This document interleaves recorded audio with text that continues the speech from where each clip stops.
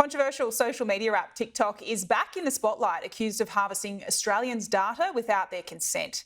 It's being described as a mass privacy breach, and the opposition wants an investigation. Joining me now for more is the Shadow Home Affairs and Cybersecurity Minister, James Patterson. James, thanks so much for your time. You've been sounding the alarm about the potential misuse of this data from TikTok in China for some time. Have you received any indication at this stage that the Information Commissioner will actually look at this?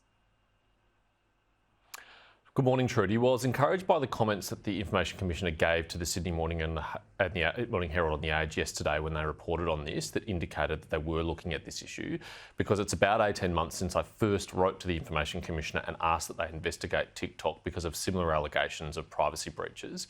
If true, it appears that TikTok is harvesting on a mass scale the private information of Australians, whether they use the application or not, in a potentially unlawful way, and that is that they're doing so without the consent of those people. So simply by visiting a website, for example, until this week, Beyond Blue, who've now ceased their relationship with TikTok, or still currently Sportsbet, your information, including your email address, your phone number, your browsing habits, your internet shopping habits, could be being harvested by TikTok without your consent, and who knows what happens to that data after that, because as we do know, that data is accessible by TikTok's China-based employees, and those employees are subject to China's national intelligence laws, which requires they cooperate with intelligence agencies in China. But what would a review actually do? Hasn't the horse bolted in terms of this data that China already has it? Even if you're not signed up to TikTok, and we know so many people are, but your data's already there. You're absolutely right, Trudy. The horse has bolted, but there should still be very serious consequences for TikTok. If they have broken the law, they should be investigated, prosecuted and fined to the fullest extent possible. And that now amounts to fines of the many millions of dollars. And if they have broken the law, they should be held to account. But of course, that's not where it should end, because as we know, TikTok is not a good faith actor. This is a company that has spied on journalists in the past, lied about it, and then been forced to admit it. This is a company which has suppressed content on their platform, which is critical of the Chinese Communist Party. So the business as usual approach to a company like this can't continue, and it really is now time for the Albanese government to act. They've been sitting on 2 reports that recommend action to address TikTok for some time now. The Minister for Home Affairs and Cybersecurity, Claire O'Neill, commissioned her own report. She's had that for almost a year from her own department, has done nothing with it. And they have the benefit of a bipartisan Senate committee report, which I chaired, which made dozens of recommendations of how to protect Australians. All they've done was be one of the last Western governments in the world to ban it from government devices, acknowledging the risk that it poses to government users. But for ordinary Australians, they're not protected in any way from this company.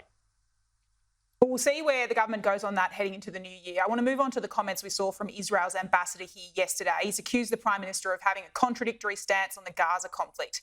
Is that an assessment that you share? It's a self-evidently true assessment. On the one hand, the Prime Minister says he doesn't believe that Hamas should continue to govern in Gaza. And on the other hand, he has been lauded by Hamas for calling for an immediate ceasefire, because Hamas knows what everyone else should recognise, which is a ceasefire keeps Hamas in control of the Gaza Strip. It keeps them in control of the people of Gaza, and to continue to use them as human shields and hostages for their war on Israel.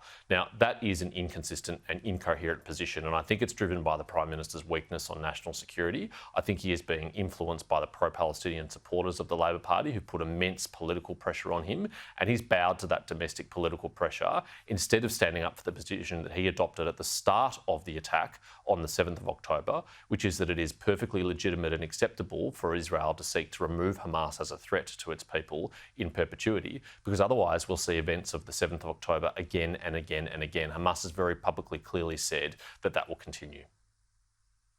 How realistic, though, is it to actually completely crush Hamas? We saw this from Benjamin Netanyahu. He said in the Wall Street Journal, for peace, Hamas must be crushed, Gaza demilitarised and Palestinians de-radicalised. How do you even do that when senior Hamas leadership are in Qatar, and that the bombing of Gaza without a safe passage does risk further radicalisation, doesn't it? Well, it's important, of course, that Israel behaves like a liberal democracy. That's why people like me support Israel. We want to see Israel uphold those values, but they also have a legitimate military objective here, which is to remove Hamas at least from the Gaza Strip, and that is an achievable military objective. They can be removed from the Gaza Strip. Already very significant damage has been done to Hamas's networks in Gaza. You are right, though, that there are some countries in the region and around the world who do harbour Hamas terrorists and allow them to operate from their jurisdictions, and that is something I think they should reflect on, whether or not they want to continue continue to facilitate and harbour a terrorist organisation, given the events of 7 October.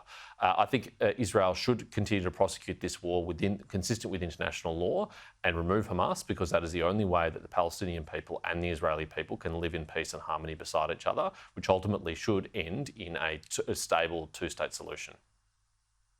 Finally, news poll analysis today shows support for Labor dropping in key demographics. The 35 to 49-year-olds and that lead amongst female voters has fallen away. But can you point to something the coalition's done to win these voters back? Or is this voters simply marking Anthony Albanese down?